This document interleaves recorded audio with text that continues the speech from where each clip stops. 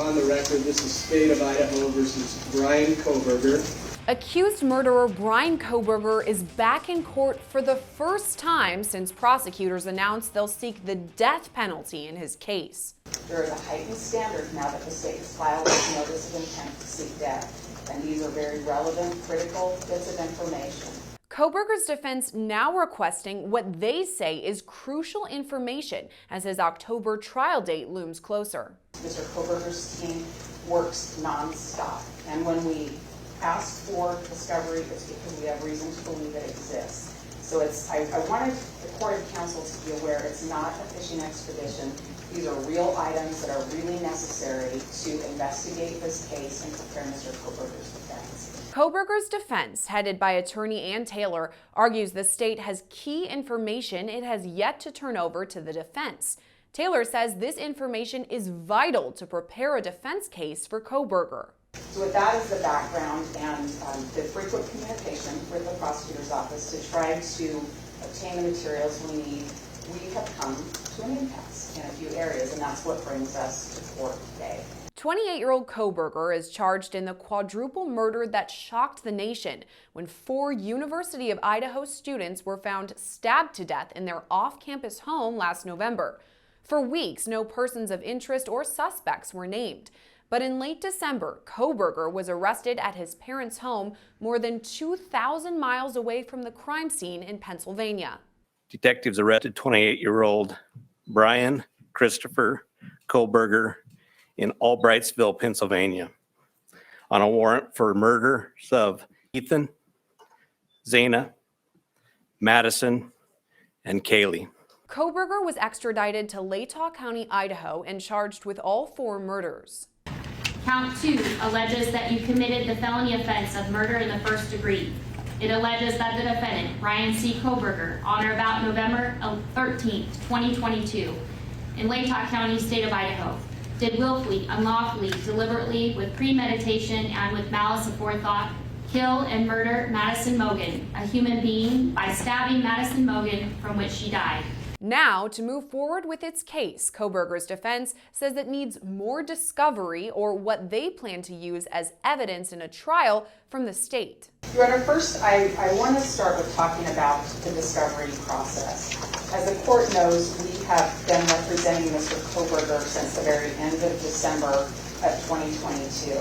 And during the course of the last several months, there has been a lot of discovery that's been requested and a lot that's been supplied.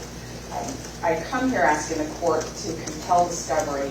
I'm seeking an order directing that we receive this discovery. I'm not seeking any other kind of sanction. I don't come here saying that the prosecutor has done something wrong. I come here saying that there are things that we have a disagreement about whether I should get them or when I should get them, and we seek a court order to assist us in this regard.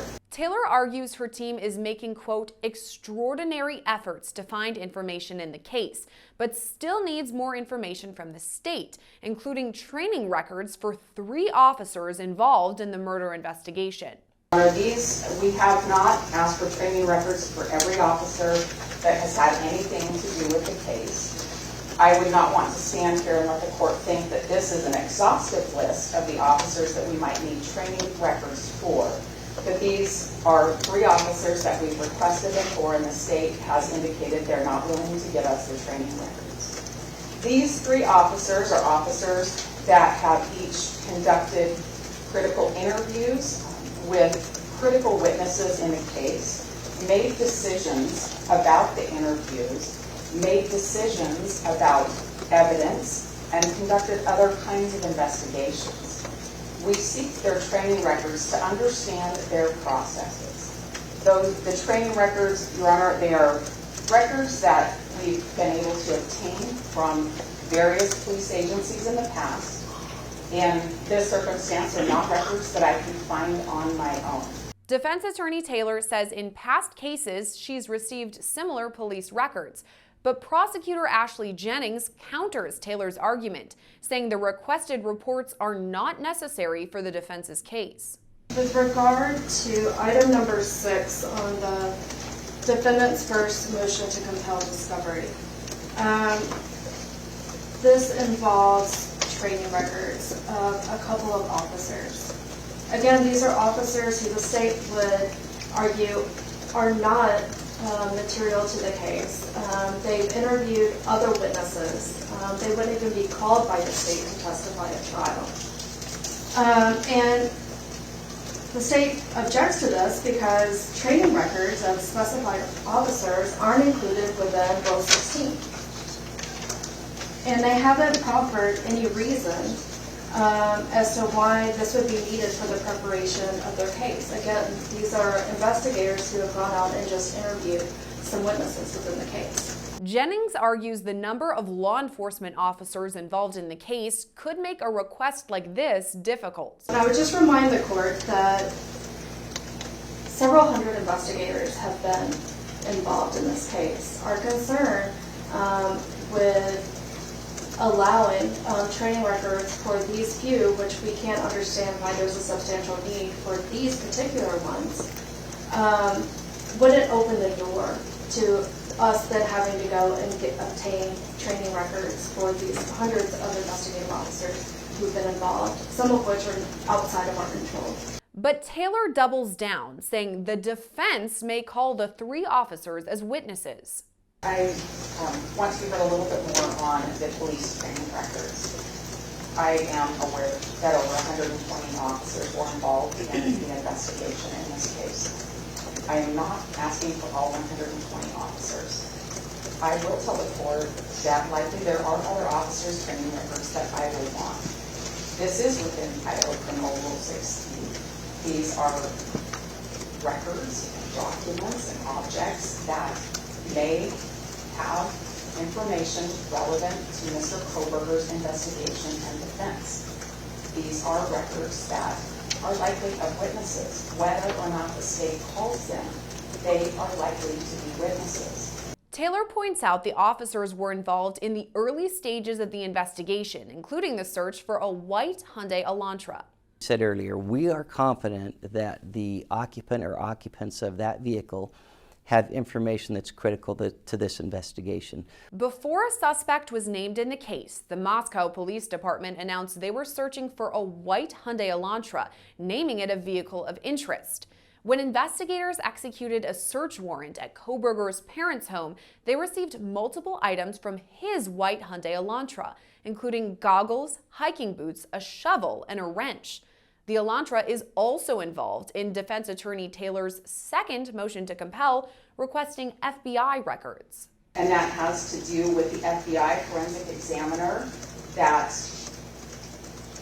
told the state to look for a white Hyundai Elantra.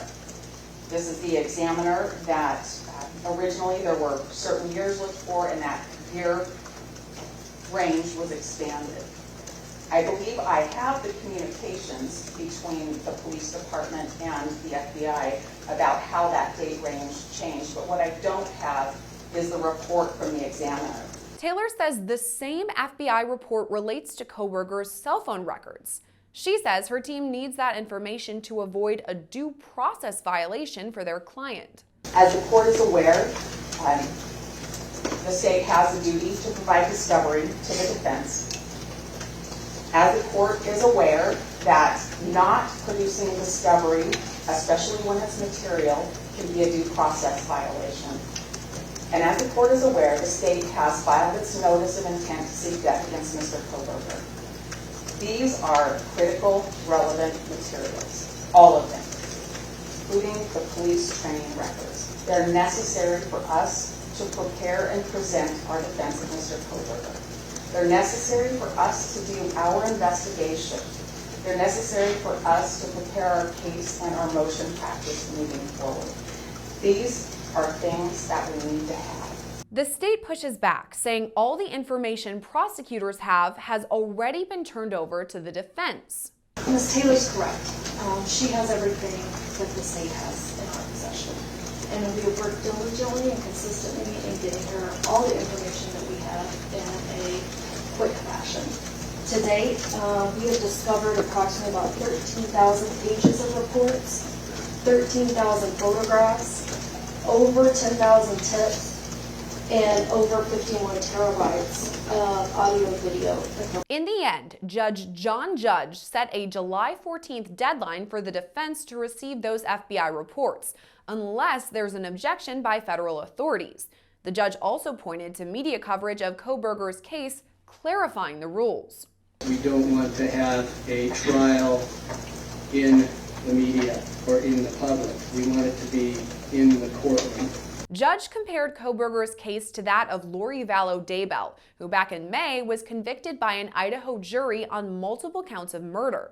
Cameras were not allowed inside the courtroom for Vallow Daybell's trial after her defense objected to the media zooming in on her face during pre-trial hearings.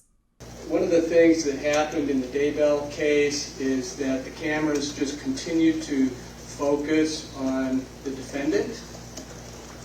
Don't do that. We just have the totality of what is happening in the court, and not just focus, for example, on Mr. Kohberger's face. So that was what happened in that case, and it's not appropriate. As to the other motions, Judge Judge says he'll take them under advisement. But noticeably absent from Tuesday's hearing was the defense's motion to release grand jury material. That motion will be discussed at a future hearing ahead of Kohberger's October 2nd jury trial. Reporting for Law&Crime Network, I'm Sierra Gillespie.